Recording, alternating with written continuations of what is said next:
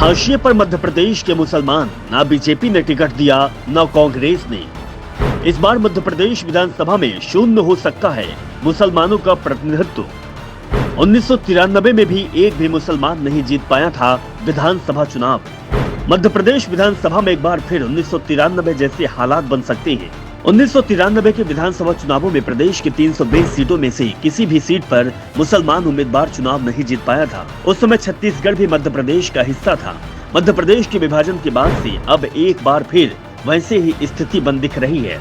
इसके पीछे सबसे बड़ा कारण मुसलमानों को लेकर कांग्रेस और बीजेपी की बेरुखी या फिर रणनीति को जिम्मेदार माना जा रहा है। मध्य प्रदेश में मुसलमानों की आबादी 7% है। अगर आबादी के अनुपात में टिकट देने का पैमाना तय किया जाता है तो इस आधार पर दोनों ही दलों से कम 16 से 16 सीटें मुसलमानों को मिलनी चाहिए। लेकिन दोनों ही दलों ने मुसलमानों को टिकट देने में कन्नी काट ली। कांग्रेस ने सिर्फ 2 सीट पर मुसलमान उतारे हैं तो बीजेपी का आंकड़ा 0 पर है। बीजेपी ने तो लंबे समय से ही मुसलमानों को मध्य प्रदेश में टिकट नहीं दे रही है, लेकिन इस बार कांग्रेस ने भी उनका कोटा छोटा कर दिया है। सत्ताधारी दल बीजेपी अब तक 228 सीटों पर प्रत्याशी घोषित कर चुकी है। इनमें से एक भी मुस्लिम चेहरा सामने नहीं आया और कांग्रेस ने जो 2 सीटों पर मुसलमान उम्मीदवार उतारा है वो दोनों ही सीटें भोपाल की हैं। एक मौजूदा विधायक आरिफ मसूद, दूसरे विधायक आरिफ वकील के बेटे अतीक अकील। यह स्थिति तब है जब मध्य प्रदेश में मुस्लिम वोटर करीब 25 सीटों पर निर्णायक प्रभाव रखते हैं। प्रदेश में मुस्लिम आबादी लगभग 7% है। राज्य के 54 जिलों में से 19 मुस्लिम आबादी 1 लाख से ज्यादा है। भोपाल उत्तर सीट से सबसे ज्यादा 60% और बुरहानपुर सीट पर 50% मुस्लिम वोटर है। इसके बावजूद भी बुरहानपुर सीट पर कांग्रेस और बीजेपी ने मुसलमान उम्मीदवार नहीं उतारा है। ऐसे में सवाल उठ रहे हैं कि क्या 1993 वाला इतिहास दोहराया जाएगा।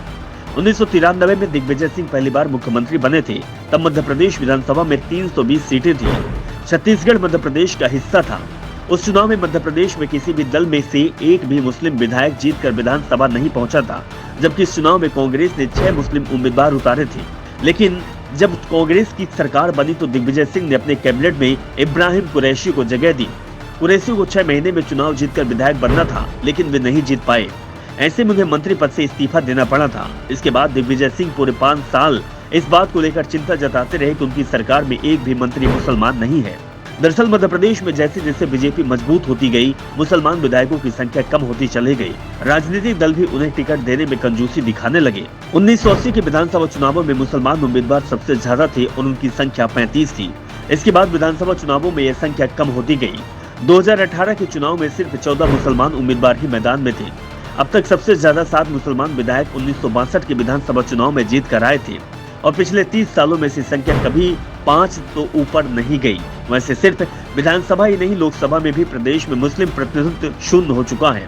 पिछले 40 साल से मध्य प्रदेश में कोई भी मुसलमान लोकसभा का चुनाव नहीं जीत पाया है। प्रदेश से इस समाज से आखिरी सांसद 1980 में भारतीय हॉकी टीम के सदस्य असलम शेख खान बने।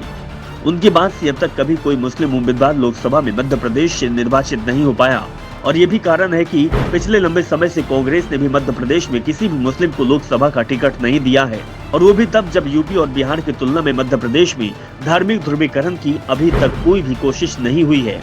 यहाँ तक कि बीजेपी की ओर से भी इस पर ज्यादा जोर नहीं दिया गया है। इस बार के चुनाव में जरूर बीजेपी कोशिश कर रही है, लेकिन कांग्रेस भी मध्य प्रदेश का चुनाव हिंदुत्व के मुद्दे पर ही लड़ती दिखाई दे रही है और शायद इसी के चलते मुसलमान राजनीति मध्य प्रदेश में हाशिए पर दिखाई दे रही है। ब्यूरो रिपोर्ट, धाकड़ न्यूज।